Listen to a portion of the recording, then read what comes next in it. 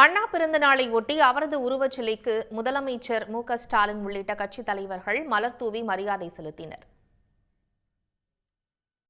அண்ணாவின் 117வது பிறந்த நாளை ஒட்டி அண்ணா அறிவாலயத்தில் அவரது படத்திற்கு முதலமைச்சர் மு.க.ஸ்டாலின் மலர் தூவி மரியாதை செலுத்தினார். இந்த நிகழ்ச்சியில் துணை முதலமைச்சர் உதயநிதி, அமைச்சர்கள் உள்ளிட்டோரும் கலந்து கொண்டனர்.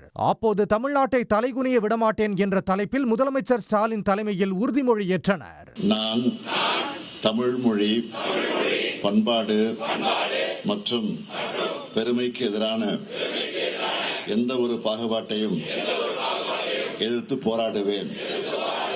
எதற்காகவும் தமிழ்நாட்டை தலைகுனிய விடமாட்டேன் என உறுதி ஏற்கிறேன். தொடர்ந்து வள்ளுவர் கோட்டத்தில் உள்ள அறிஞர் அண்ணா சிலைக்கும் முதலமைச்சர் ஸ்டாலின் உள்ளிட்டோர் மாலை அணிவித்து மரியாதை செலுத்தினர். இதேபோல் அண்ணா சாலையில் அண்ணா சிலைக்கு கீழே அமைக்கப்பட்ட அவரது புகைப்படத்திற்கு அதிமுக பொதுச் செயலாளர் எடப்பாடி பழனிசாமி, அதிமுக முன்னாள் அமைச்சர்கள் மலர் தூவி மரியாதை செலுத்தினர். வள்ளுவர் கோட்டத்தில் உள்ள அண்ணா சிலைக்கு திராவிடர் கழக தலைவர் கி. வீரமணி மரியாதை செலுத்தினார். ஓராண்டிலே அண்ணா அவர்கள் சாதித்த முப்பெரும் சாதனைகள் வரலாற்றில் என்றைக்கும் தனி இடத்தை பெற்று இந்தியாவையே உலுக்கி பார்க்கக்கூடியதாக அது அமைந்தது.